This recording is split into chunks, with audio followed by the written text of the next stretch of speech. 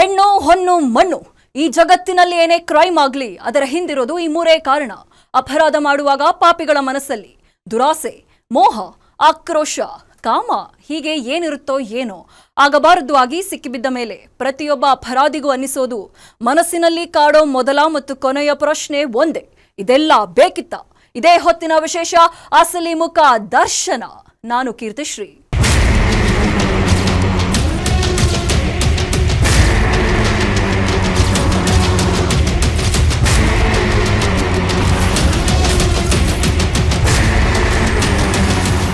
ರೇಣುಕಾಸ್ವಾಮಿ ಕೊಲೆ ಪ್ರಕರಣದಲ್ಲಿ ಜೈಲು ಸೇರಿರೋ ನಟ ದರ್ಶನ್ ಮತ್ತೆ ತನ್ನ ಹಳೆ ಚಾಳಿ ಮುಂದುವರೆಸಿದ್ದಾನೆ. ಕೊಲೆ ಪ್ರಕರಣದಲ್ಲಿ ಜೈಲು ಸೇರೋಕ್ಕೂ ಮುನ್ನ ಹೊರಗಿದ್ದಾಗ ಯಾರೇ ದರ್ಶನ್ಗೆ ತಿರುಗಿ ಬಿದ್ರೆ ಅವರಿಗೆ ಪೆಟ್ಟು ಬೀಳ್ತಿತ್ತು. ಇದೇ ಚಾಳಿಯನ್ನ ಜೈಲಿನಲ್ಲೂ ಮುಂದುವರೆಸಿದ್ದಾನೆ ಅಂತ ಗೊತ್ತಾಗಿದೆ. 2 ದಿನಗಳ ಹಿಂದೆ ಜೈಲಿನಲ್ಲಿ ಗಲಾಟೆ ಮಾಡ್ಕೊಂಡಿದ್ದಾನೆ ಅಂತ ಗೊತ್ತಾಗಿದೆ. ಏನಿದು ಗಲಾಟೆ ಅಂತ ನೀವೇ ನೋಡಿ.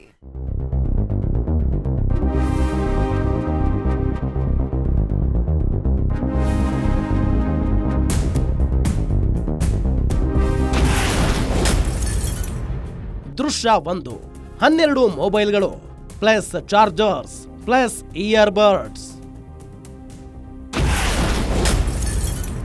ದೃಶ್ಯ 2, ರಾಮೇಶ್ವರಂ ಕೆಫೆ ಬ್ಲಾಸ್ಟ್ ಆರೋಪಿ ಕೈಯಲ್ಲಿ ಮೊಬೈಲ್.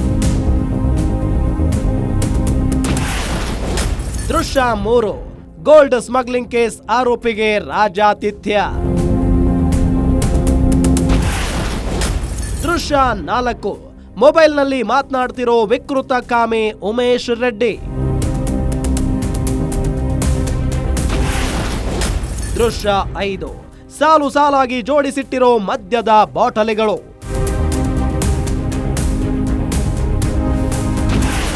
ದೃಶ್ಯ 6, ಕಂಠಪೂರ್ತಿ ಮದ್ಯ ಸೇವಿಸಿ ಜಾಲಿ ಮೂಡಲ್ಲಿ ಫುಲ್ ಡ್ಯಾನ್ಸ್.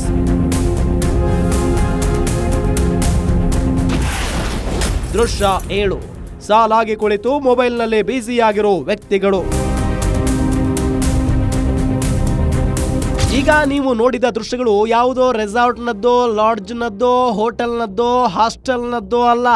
ಬೆಂಗಳೂರಿನ ಪರಪ್ಪನ ಅಗ್ರಹಾರ ಕೇಂದ್ರ ಕಾರಾಗೃಹದ ಇನ್ಸೈಡ್ ದೃಶ್ಯಗಳು. ಇವನ್ನ ನೋಡ್ತಿದ್ರೆ ಇವರೆಲ್ಲ ತಪ್ಪು ಮಾಡಿ ಜೈಲಿನಲ್ಲಿ ಶಿಕ್ಷೆ ಅನುಭವಿಸ್ತಾ ಇದ್ದಾರೋ ಇಲ್ಲ ಫುಲ್ ಸೆಕ್ಯೂರಿಟಿಯಲ್ಲಿ ಐಷಾರಾಮಿ ಜೀವನ ನಡೆಸ್ತಿದ್ದಾರೋ ಅನ್ನೋ ಅನುಮಾನ ಬರ್ತಿದೆ.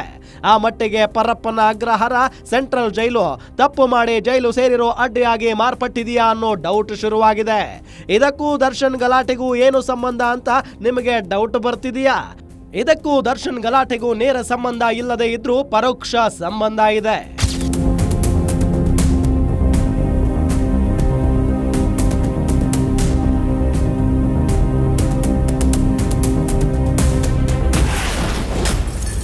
ಜೈಲಿನ ಕರ್ಮಕಾಂಡ ಗ್ಯಾರಂಟಿ ನ್ಯೂಸ್ನಲ್ಲಿ ಬಯಲು. ಕಳ್ಳಾಟ ಬಯಲಾಗುತ್ತಿದ್ದಂತೆ ಜೈಲಲ್ಲಿ ಫುಲ್ ಟೈಟ್ ರೂಲ್ಸ್. ಈಗ ನಿಮಗೆ ಅರ್ಥ ಆಗ್ತಿರಬಹುದು ದರ್ಶನ್ ಗಲಾಟೆಗೂ ನಾವು ಮೊದಲು ತೋರಿಸಿದ ದೃಶ್ಯಗಳಿಗೂ ಲಿಂಕ್ ಏನು ಅಂತ. ಪರಪ್ಪನ ಅಗ್ರಹಾರ ಜೈಲಲ್ಲಿ ದುಡ್ಡಿದ್ರೆ ಏನು ಬೇಕಾದರೂ ಸಿಗುತ್ತೆ ಅನ್ನೋದನ್ನ ನಿಮ್ಮ ಗ್ಯಾರಂಟಿ ನ್ಯೂಸ್ ಇಂಚಿಂಚು ತೋರಿಸಿತ್ತು.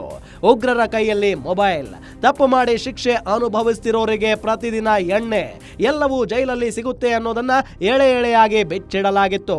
ಯಾವಾಗ ನಿಮ್ಮ ಗ್ಯಾರಂಟಿ ನ್ಯೂಸ್ ಜೈಲಿನಲ್ಲಿ ನಡೀತಿರೋ ಅಕ್ರಮಗಳನ್ನ ತೋರಿಸಿತು ಅಲ್ಲಿಗೆ ಸರ್ಕಾರ ಫುಲ್ ಸೀರಿಯಸ್ ಆಗಿತ್ತು.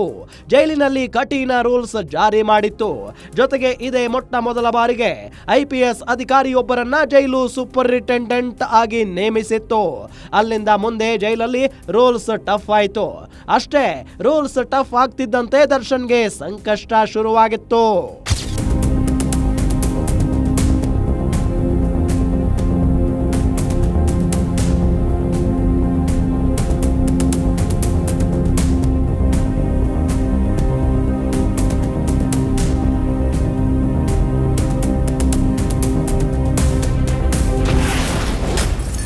ಆರಂಭದಿಂದಲೂ ಜೈಲಾಧಿಕಾರಿಗಳಿಗೆ ಸುಪ್ರೀಂ ಭಯ. ಜೈಲಲ್ಲಿ ಟಫ್ ರೂಲ್ಸ್ ಜಾರಿ ಮಾಡಿದ ಅಂಶು ಕುಮಾರ್. ರೇಣುಕಾಸ್ವಾಮಿ ಕೊಲೆ ಕೇಸ್ನಲ್ಲಿ ನಟ ದರ್ಶನ್ ಸೇರಿ ಎಲ್ಲ ಆರೋಪಿಗಳಿಗೆ ಕರ್ನಾಟಕ ಹೈಕೋರ್ಟ್ ಜಾಮೀನು ನೀಡಿತ್ತು. ಇದಾದ ಬಳಿಕ ಜೈಲಿಂದ ಹೊರಬಂದಿದ್ದ ದರ್ಶನ್ ಡೆವಿಲ್ ಚಿತ್ರದ ಶೂಟಿಂಗ್ನಲ್ಲಿ ಬ್ಯುಸಿಯಾಗಿದ್ದ. ಇದರ ನಡುವೆ ದರ್ಶನ್ ಮತ್ತು ಇತರ ಆರೋಪಿಗಳಿಗೆ ಜಾಮೀನು ನೀಡಿದ್ದನ್ನ ಪ್ರಶ್ನಿಸಿ ರಾಜ್ಯ ಸರ್ಕಾರ ಸುಪ್ರೀಂ ಕೋರ್ಟ್ಗೆ ಮೇಲ್ಮನವಿ ಸಲ್ಲಿಸಿತ್ತು. ಕೊನೆಗೆ ಸುಪ್ರೀಂ ಕೋರ್ಟ್ ಜಾಮೀನು ರದ್ದು ಮಾಡಿತ್ತು. ಈ ವೇಳೆ ದರ್ಶನ್ಗೆ ಯಾವುದೇ ಕಾರಣಕ್ಕೂ ರಾಜಾತಿಥ್ಯ ನೀಡದಂತೆ ಜೈಲಾಧಿಕಾರಿಗಳಿಗೆ ಖಡಕ್ ನಿರ್ದೇಶನ ನೀಡಿತ್ತು. ಹೀಗಾಗಿ ದರ್ಶನ್ ಮತ್ತೆ ಜೈಲು ಸೇರಿದ ಮೇಲೆ ಎಕ್ಸ್ಟ್ರಾ ದಿಂಬು ಬೆಡ್ಶೀಟ್ಗೂ ಕೋರ್ಟ್ ಮೊರೆ ಹೋಗಬೇಕಾದ ಪರಿಸ್ಥಿತಿ ಎದುರಾಗಿದೆ.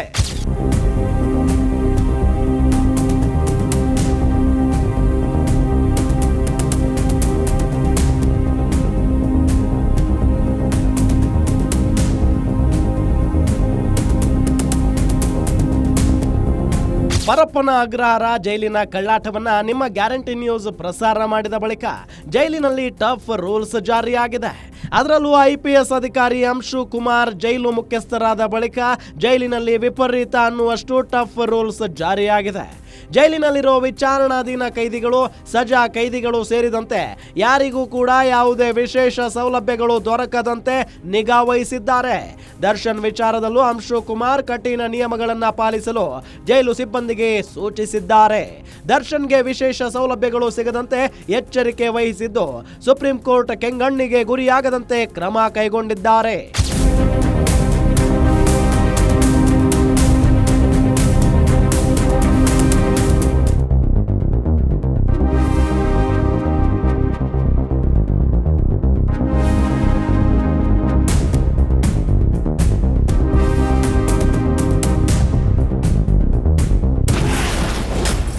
ಜೈಲಲ್ಲಿ ಟಫ್ ರೂಲ್ಸ್ ಜಾರಿಯಿಂದ ದರ್ಶನ್ಗೆ ಭಾರೀ ಸಂಕಷ್ಟ. ಟಫ್ ರೂಲ್ಸ್ನಿಂದ ಮಾನಸಿಕ ಸ್ಥಿಮಿತ ಕಳೆದುಕೊಂಡ ದಾಸ. ಜೈಲಿನಲ್ಲಿ ಯಾವಾಗ ರೂಲ್ಸ್ ಟಫ್ ಆಯಿತು ಅಲ್ಲಿಗೆ ದರ್ಶನ್ಗೆ ಸಂಕಷ್ಟ ಶುರುವಾಗಿದೆ. ಇತರ ಕೈದಿಗಳು ದರ್ಶನ್ ನೋಡಲು ಮುಗಿ ಬೀಳೋ ಭಯದಲ್ಲಿ ಆತನನ್ನ ಬೇರೆ ಸೆಲ್ನಲ್ಲಿ ಇರಿಸಲಾಗಿತ್ತು. ಜೈಲಿನ ಕ್ವಾರಂಟೈನ್ ಸೆಲ್ನಲ್ಲಿ ಇರಿಸಲಾಗಿತ್ತು. ಅಲ್ಲಿಗೆ ತನಗೆ ಏಕಾಂಗಿತನ ಕಾಡುತ್ತಿದೆ, ಅಲ್ಲದೆ ಸರಿಯಾಗಿ ಬಿಸಿಲು ಬರ್ತಿಲ್ಲ, ವಾಕಿಂಗ್ ಮಾಡಲು ಕೂಡ ಸಾಧ್ಯವಾಗ್ತಿಲ್ಲ ಅಂತ ದರ್ಶನ್ ಪರ ವಕೀಲರು ಮನವರಿಕೆ ಮಾಡಿಕೊಟ್ಟಿದ್ರು. ಈಗ ದರ್ಶನ್ನನ್ನ ಕ್ವಾರಂಟೈನ್ ಸೆಲ್ ಬದಲಿಗೆ ಬೇರೆ ಸೆಲ್ನಲ್ಲಿ ಇರಿಸಲಾಗಿದೆ. ದರ್ಶನ್ ಇರೋ ಸೆಲ್ನಲ್ಲಿ ನಾಗರಾಜ್, ಲಕ್ಷ್ಮಣ್, ಪ್ರದೋಷ್, ಅನುಕುಮಾರ್, ಜಗದೀಶ್ ಅಲಿಯಾಸ್ ಜಗ್ಗಾ ಇದ್ದಾರೆ.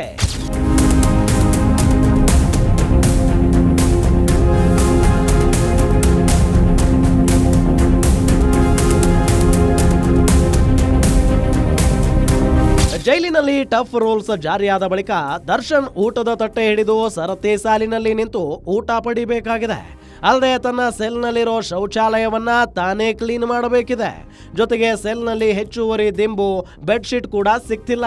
ಹೇಳಿ ಕೇಳಿ ಇದು ಚಳಿಗಾಲ. ಬೆಂಗಳೂರಿನಲ್ಲಿ ಕೊರೆಯುವ ಚಳಿ ಇದೆ. ಈ ಚಳಿಯಲ್ಲಿ ಇರೋ ಒಂದು ಬೆಡ್ಶೀಟ್ ಒದ್ದು ಮಲಗಬೇಕಿದೆ. ಹೀಗಾಗಿ ಜೈಲಿನಲ್ಲಿ ಜಾರಿಯಾಗಿರೋ ಕಠಿಣ ನಿಯಮಗಳಿಂದ ದರ್ಶನ್ ಮಾನಸಿಕ ಸ್ಥಿಮಿತ ಕಳೆದುಕೊಂಡಿದ್ದಾರಾ ಅನ್ನೋ ಪ್ರಶ್ನೆ ಎದ್ದಿದೆ. ಇದಕ್ಕೆ ಕಾರಣ ಸೆಂಟ್ರಲ್ ಜೈಲಿನ ಸರಳುಗಳ ಹಿಂದೆ ನಡೆದಿರೋ ಅದೊಂದು ಗಲಾಟೆ.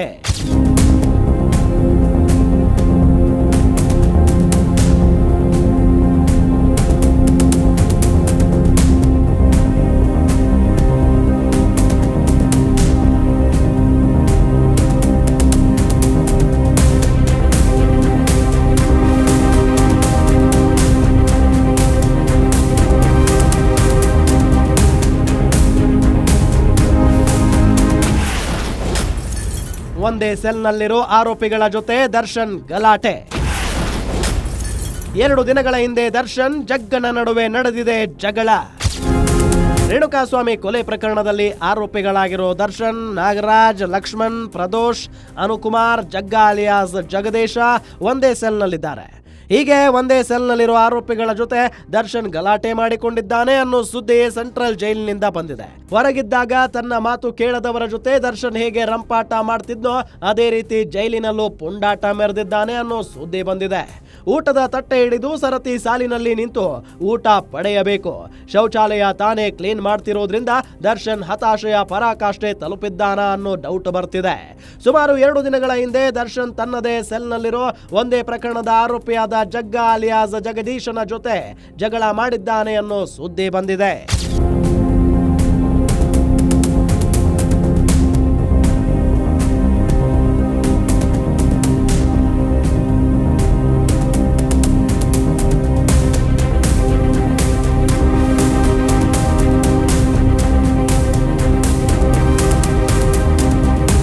ರೇಣುಕಾಸ್ವಾಮಿ ಕೊಲೆಗೂ ಮುನ್ನ ಕಿಡ್ನಾಪ್ ಪ್ರಕರಣದಲ್ಲಿ ಈ ಜಗ್ಗ ಅಲಿಯಾಸ್ ಜಗದೀಶ್ ಅನ್ನೋದೇ ಪ್ರಮುಖ ಪಾತ್ರ. ಯಾಕಂದ್ರೆ ಇವನು ಚಿತ್ರದುರ್ಗದ ದರ್ಶನ್ ಅಭಿಮಾನಿಗಳ ಸಂಘದ ಅಧ್ಯಕ್ಷನಾಗಿದ್ದ. ಇವನ ಮೂಲಕವೇ ರೇಣುಕಾಸ್ವಾಮಿಯನ್ನ ದರ್ಶನ್ ಪತ್ತೆ ಮಾಡಿದ್ದ. ಬಳಿಕ ಜಗ್ಗ ಅಲಿಯಾಸ್ ಜಗದೀಶನಿಗೆ ಚಿತ್ರದುರ್ಗದ ಅನುಕುಮಾರ್ ಸಾಥ್ ನೀಡಿದ್ದ. ಇಬ್ಬರು ಸೇರಿ ರೇಣುಕಾಸ್ವಾಮಿಯನ್ನ ಪುಸಲಾಯಿಸಿ ಬೆಂಗಳೂರಿಗೆ ಕರೆದುಕೊಂಡು ಬಂದಿದ್ರು. ಇಂಥ ಜಗ್ಗ ಅಲಿಯಾಸ್ ಜಗದೀಶನ ಜೊತೆ ದರ್ಶನ್ ಗಲಾಟೆ ಮಾಡಿಕೊಂಡಿದ್ದಾನೆ ಅಂತ ಗೊತ್ತಾಗಿದೆ. ಈ ಜಗಳ ಈಗ ಜೈಲಾಧಿಕಾರಿಗಳಿಗೆ ತಲೆನೋವಾಗಿ ಪರಿಣಮಿಸಿದೆ ಅಂತ ಹೇಳಲಾಗ್ತಿದೆ.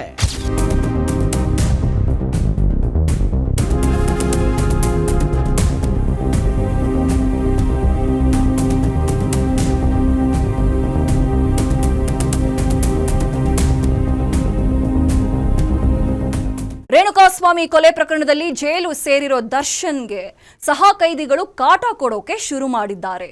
ದರ್ಶನ್ ಕಾಟ ತಡೆಯಲಾರದೆ ಸಹಪಾಠಿಗಳು ಜೈಲಧಿಕಾರಿಗಳಿಗೆ ಅದೊಂದು ಮನವಿ ಮಾಡಿದ್ದಾರೆ. ಜೊತೆಗೆ ದರ್ಶನ್ ಜೊತೆ ಜೈಲಲ್ಲಿರೋ ಅನುಕುಮಾರ್ ಜೈಲಧಿಕಾರಿಗಳಿಗೆ ಬೆದರಿಕೆ ಹಾಕೋ ಮಾತುಗಳನ್ನ ಆಡ್ತಿದ್ದಂತೆ. ಏನದು ಸಹ ಕೈದಿಗಳ ಮನವಿ? ಕೊಲೆ ಪ್ರಕರಣದಲ್ಲಿ ಜೈಲು ಸೇರಿರೋ ದರ್ಶನ್ ತನ್ನ ಸೆಲ್ನಲ್ಲಿರೋ ತನ್ನದೇ ಪ್ರಕರಣದ ಸಹ ಆರೋಪಿಗಳಿಗೆ ಕಾಟ ಕೊಡೋಕೆ ಶುರು ಮಾಡಿದ್ನಂತೆ. ಜೈಲ್ನಲ್ಲಿದ್ರೂ ಹಳೆ ಚಾಳಿ ಮುಂದುವರಿಸಿದ್ದಾನೆ ಅಂತ ಗೊತ್ತಾಗಿದೆ. ಜೈಲ್ನಲ್ಲೂ ದರ್ಪ ಮೆರೆತಿದ್ನಂತೆ. ಇದರಿಂದ ಬೇಸತ್ತಿರೋ ಸಹ ಕೈದಿಗಳು ಜೈಲಧಿಕಾರಿಗಳಿಗೆ ಒಂದು ಮನವಿ ಮಾಡಿದ್ದಾರೆ. ಇದರ ನಡುವೆ ಅನುಕುಮಾರ್ ಬೆದರಿಕೆ ಹಾಕಿದ್ದಾನೆ. ಏನದು ಅಂತ ನೀವೇ ನೋಡಿ.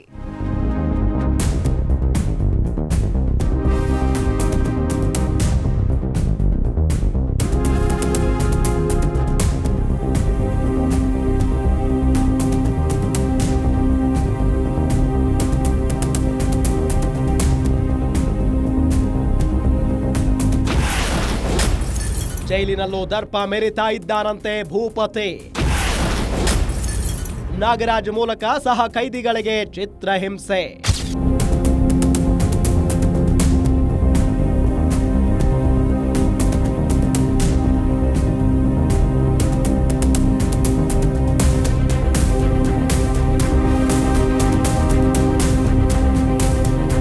ದರ್ಶನ್ ಹೊರಗಿದ್ದಾಗ ಯಾವ ರೀತಿ ದರ್ಪ ಮೆರೆತಿದ್ದ ಅನ್ನೋದಕ್ಕೆ ಹಲವಾರು ಉದಾಹರಣೆಗಳಿವೆ. ಕೊರೋನಾ ರುದ್ರ ನರ್ತನ ಮಾಡ್ತಿದ್ದಾಗ ಮೈಸೂರಿನ ಸಂದೇಶ್ ಹೋಟೆಲ್ಗೆ ತಡರಾತ್ರಿ ಹೋಗಿ ಅಲ್ಲಿನ ಸಿಬ್ಬಂದಿಗೆ ಥಳಿಸಿದ್ದ. ದರ್ಶನ್ ದರ್ಪ ಎಷ್ಟಿತ್ತು ಅನ್ನೋದಕ್ಕೆ ನರಪೇತಲಿನಂತಿದ್ದ ರೇಣುಕಾಸ್ವಾಮಿ ಕೊಲೆಯೇ ಅತ್ಯುತ್ತಮ ಸಾಕ್ಷಿಯಾಗಿದೆ. ಹೀಗೆ ಜೈಲಿನಿಂದ ಹೊರಗಿದ್ದಾಗ ಹೇಗೆ ದರ್ಪ ಮೆರೆಯುತ್ತಿದ್ನೋ ಅದೇ ರೀತಿ ಜೈಲಿನಲ್ಲೂ ದರ್ಪ ತೋರಿಸಲು ಶುರು ಮಾಡಿದ್ದಾನಂತೆ. ಅದರಲ್ಲೂ ನಿಯಮಗಳನ್ನ ಬಿಗಿಗೊಳಿಸಿದ ಬಳಿಕ ತಾಳ್ಮೆಯನ್ನ ಕಳೆದುಕೊಂಡು ಹತಾಶ ಪರಿಸ್ಥಿತಿಗೆ ತಲುಪಿದ್ದಾನಂತೆ.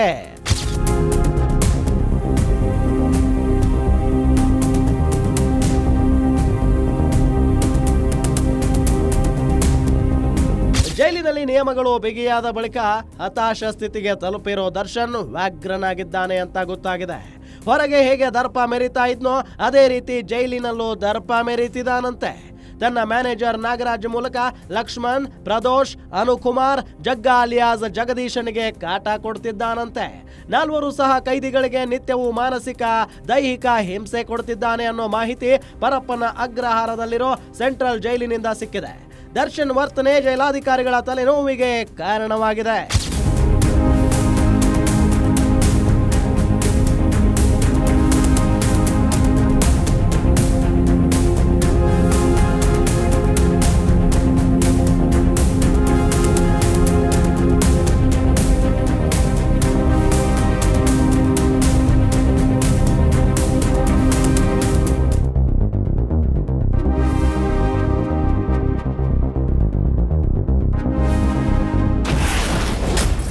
ಮಲಗಿದ್ದವರನ್ನ ಕಾಲಿನಿಂದ ಒದ್ದು ಎಬ್ಬಿಸಿದ್ನ ಡೆವಿಲ್. ಸಹ ಕೈದಿಗಳಿಗೆ ಅವಾಚ್ಯ ಶಬ್ದಗಳನ್ನ ಬಳಸಿ ನಿಂದಿಸಿದ್ನ. ದರ್ಶನ್ ಯಾವ ಮಟ್ಟಿಗೆ ಹತಾಶ ಸ್ಥಿತಿ ತಲುಪಿಬಿಟ್ಟಿದ್ದಾನೆ ಅಂದ್ರೆ ತನ್ನ ಮ್ಯಾನೇಜರ್ ನಾಗರಾಜ್ ಬಳಸಿಕೊಂಡು 4 ಸಹ ಕೈದಿಗಳಿಗೆ ಚಿತ್ರಹಿಂಸೆ ನೀಡ್ತಿದ್ದಾನಂತೆ. ಅಲ್ಲದೆ ಮಲಗಿದ್ದವರನ್ನ ಕಾಲಿನಿಂದ ಒದ್ದು ಎಬ್ಬಿಸಿದ್ದ ಅನ್ನೋ ಸುದ್ದಿ ಕೂಡ ಬಂದಿದೆ. ಮಲಗಿದ್ದವರನ್ನ ಕಾಲಿನಿಂದ ಒದ್ದು ಅವಾಚ್ಯ ಶಬ್ದಗಳನ್ನ ಬಳಸಿ ಏಳ್ರೋ ಬೇಗ ಅಂತ ದರ್ಶನ್ ದರ್ಪ ಮೆರೆದಿದ್ದಾನೆ ಅಂತ ಗೊತ್ತಾಗಿದೆ. ದರ್ಶನ್ ವರ್ತನೆಯಿಂದ ಪ್ರದೋಷ್, ಲಕ್ಷ್ಮಣ್, ಜಗ್ಗ, ಅನುಕುಮಾರ್ ಬೇಸತ್ತು ಹೋಗಿದ್ದಾರಂತೆ. ಇದೇ ಕಾರಣಕ್ಕೆ 2 ದಿನಗಳ ಹಿಂದೆ ದರ್ಶನ್ ಮತ್ತು ಜಗ್ಗನ ನಡುವೆ ಗಲಾಟೆ ಜೋರಾದಾಗ ಜೈಲಾಧಿಕಾರಿಗಳು ಮಧ್ಯ ಪ್ರವೇಶ ಮಾಡಿ ಜಗಳ ಬಿಡಿಸಿದ್ದಾರೆ ಅಂತ ತಿಳಿದು ಬಂದಿದೆ.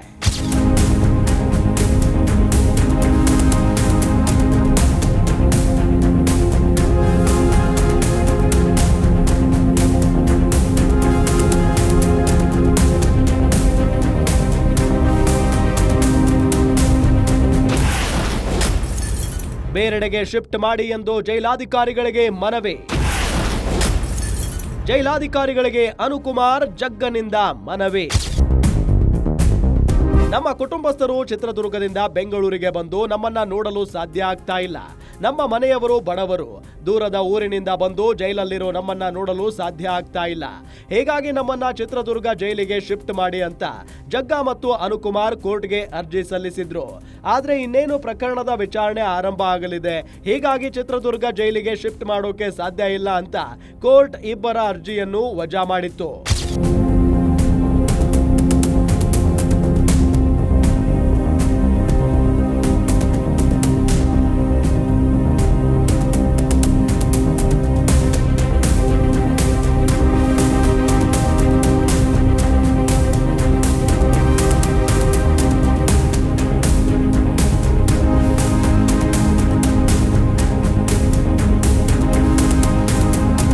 ಕೋರ್ಟ್ನಲ್ಲಿ ಇವರು ಸಲ್ಲಿಸಿದ ಅರ್ಜಿ ವಜಾ ಆಗಿತ್ತು.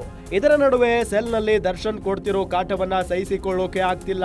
ಹೀಗಾಗಿ ನಮ್ಮನ್ನ ಚಿತ್ರದುರ್ಗ ಜೈಲಿಗೆ ಶಿಫ್ಟ್ ಇಲ್ಲವೇ ಬೇರೆ ಎಲ್ಲಿಗಾದ್ರೂ ಶಿಫ್ಟ್ ಮಾಡಿ ಅಂತ ಅನುಕುಮಾರ್ ಮತ್ತು ಜಗ್ಗ ಇಬ್ಬರು ಮನವಿ ಮಾಡಿದ್ದಾರೆ ಅಂತ ಗೊತ್ತಾಗಿದೆ. ಕೋರ್ಟ್ ನಮ್ಮ ಅರ್ಜಿ ವಜಾ ಮಾಡಿದೆ. ಸೆಲ್ನಲ್ಲಿ ದರ್ಶನ್ ಟಾರ್ಚರ್ ತಡೆದುಕೊಳ್ಳೋಕೆ ಸಾಧ್ಯ ಆಗ್ತಾ ಇಲ್ಲ. ಹೀಗಾಗಿ ನಮ್ಮನ್ನ ಬೇರೆಡೆಗೆ ಶಿಫ್ಟ್ ಮಾಡಿ ಅಂತ ಜೈಲಾಧಿಕಾರಿಗಳನ್ನ ಪರಿಪರಿಯಾಗಿ ಬೇಡಿಕೊಳ್ತಿದ್ದಾರೆ ಅಂತ ಗೊತ್ತಾಗಿದೆ.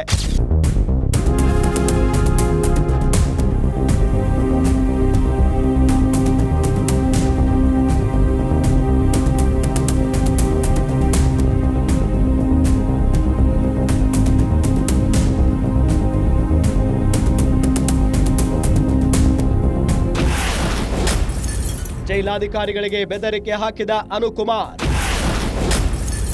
ಬೇರೆಡೆ ಶಿಫ್ಟ್ ಮಾಡದಿದ್ರೆ ಇಲ್ಲೇ ಸಾಯೋದಾಗಿ ಬೆದರಿಕೆ. ರೇಣುಕಾಸ್ವಾಮಿ ಕೊಲೆ ಪ್ರಕರಣದಲ್ಲಿ ಜೈಲು ಸೇರಿರುವ ಆರೋಪಿಗಳಿಗೆ ಕೋರ್ಟ್ನಲ್ಲಿ ಜಾಮೀನು ಸಿಕ್ಕಿಲ್ಲ. ಚಿತ್ರದುರ್ಗ ಜೈಲಿಗೆ ವರ್ಗಾವಣೆ ಮಾಡಿ ಎಂದು ಕೋರಿದ್ದ ಅರ್ಜಿ ವಜಾ ಆಗಿದೆ. ಜೊತೆಗೆ ದರ್ಶನ್ ಕೊಡ್ತಿರೋ ಟಾರ್ಚರ್ ತಡೆದುಕೊಳ್ಳೋಕೆ ಆಗ್ತಿಲ್ಲ. ಇದೆಲ್ಲದರಿಂದ ಕಂಗಾಲಾಗಿ ಹೋಗಿರೋ ಅನುಕುಮಾರ್ ಜೈಲಾಧಿಕಾರಿಗಳಿಗೆ ಬೆದರಿಕೆ ಹಾಕಿದ್ದಾನೆ ಅಂತ ಗೊತ್ತಾಗಿದೆ. ನನ್ನನ್ನ ಬೇರೆಡೆಗೆ ಶಿಫ್ಟ್ ಮಾಡದೇ ಇದ್ರೆ ಸೆಲ್ನಲ್ಲಿಯೇ ಏನಾದ್ರೂ ಮಾಡಿ ಸಾಯುತ್ತೇನೆ ಅಂತ ಅನುಕುಮಾರ್ ಬೆದರಿಕೆ ಹಾಕಿದ್ದಾನೆ. ಜೈಲಿನಲ್ಲಿ ಅನುಕುಮಾರ್ ಪ್ರಾಣ ಬಿಟ್ಟರೆ ಸುಪ್ರೀಂ ಕೋರ್ಟ್ನಿಂದ ಛೀಮಾರಿ ಹಾಕಿಸಿಕೊಳ್ಳೋ ಭಯ ಜೈಲಾಧಿಕಾರಿಗಳಿಗೆ ಶುರುವಾಗಿದೆ. ಇದರಿಂದ ಹೆದರಿರೋ ಜೈಲು ಸಿಬ್ಬಂದಿ ಅನುಕುಮಾರ್ ಮೇಲೆ ಹೆಚ್ಚಿನ ನಿಗಾ ಇಟ್ಟಿದ್ದಾರೆ ಅಂತ ಗೊತ್ತಾಗಿದೆ.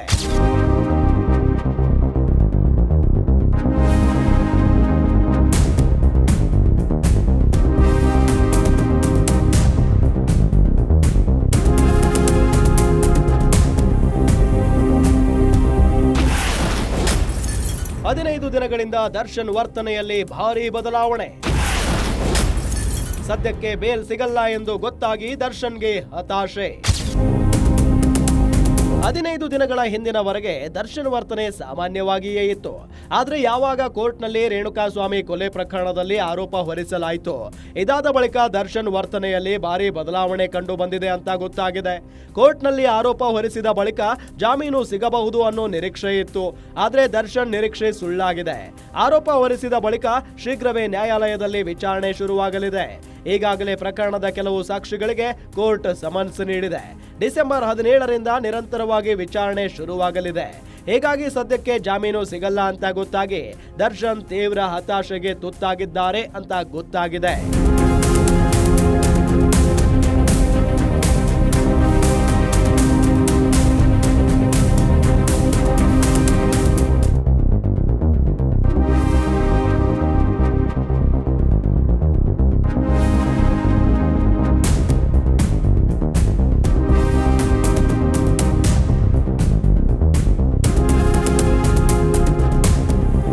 ಕೋರ್ಟ್ನಲ್ಲಿ ಆರೋಪ ಹೊರಿಸಿದ ಬಳಿಕ ಶೀಘ್ರವೇ ವಿಚಾರಣೆ ಶುರುವಾಗಲಿದೆ. ಹೀಗಾಗಿ ನಮಗೂ ಒಬ್ಬ ವಕೀಲರನ್ನ ಗೊತ್ತು ಮಾಡಿ ಅಂತ ಜಗ್ಗ ಅಲಿಯಾಸ್ ಜಗದೀಶ ಕೇಳಿಕೊಂಡಿದ್ದಂತೆ. ಈ ವಿಚಾರಕ್ಕೆ ದರ್ಶನ್ ಮತ್ತು ಜಗ್ಗನ ನಡುವೆ ಗಲಾಟೆಯಾಗಿದೆ ಅಂತ ಗೊತ್ತಾಗಿದೆ. ಕೂಡಲೇ ಮಧ್ಯಪ್ರವೇಶ ಮಾಡಿದ ಜೈಲು ಸಿಬ್ಬಂದಿ ಇಬ್ಬರ ನಡುವಿನ ಜಗಳ ಬಿಡಿಸಿದ್ರಂತೆ. ದರ್ಶನ್ ಮತ್ತು ಜಗ್ಗನ ನಡುವೆ ಗಲಾಟೆ ತಾರಕಕ್ಕೇರ್ತಾ ಇದ್ದ ಬಳಿಕ ಜೈಲು ಸಿಬ್ಬಂದಿ ಜಗಳ ಬಿಡಿಸಿದ್ದಾರೆ. ಇಬ್ಬರ ನಡುವೆ ಜಗಳ ನಡೆದ ಬಳಿಕ ದರ್ಶನ್ ಇರೋ ಸೆಲ್ ಬಳಿ ಹೆಚ್ಚುವರಿ ಸಿಸಿ ಕ್ಯಾಮೆರಾಗಳನ್ನ ಅಳವಡಿಸಲಾಗಿದ್ದು, ಸೆಲ್ ಬಳಿ ಹೆಚ್ಚು ಸಿಬ್ಬಂದಿಯನ್ನ ಕೂಡ ನೇಮಿಸಿ ತೀವ್ರ ನಿಗಾ ಇಡಲಾಗಿದೆ ಅಂತ ಸೆಂಟ್ರಲ್ ಜೈಲು ಮೂಲಗಳಿಂದ ಮಾಹಿತಿ ಸಿಕ್ಕಿದೆ.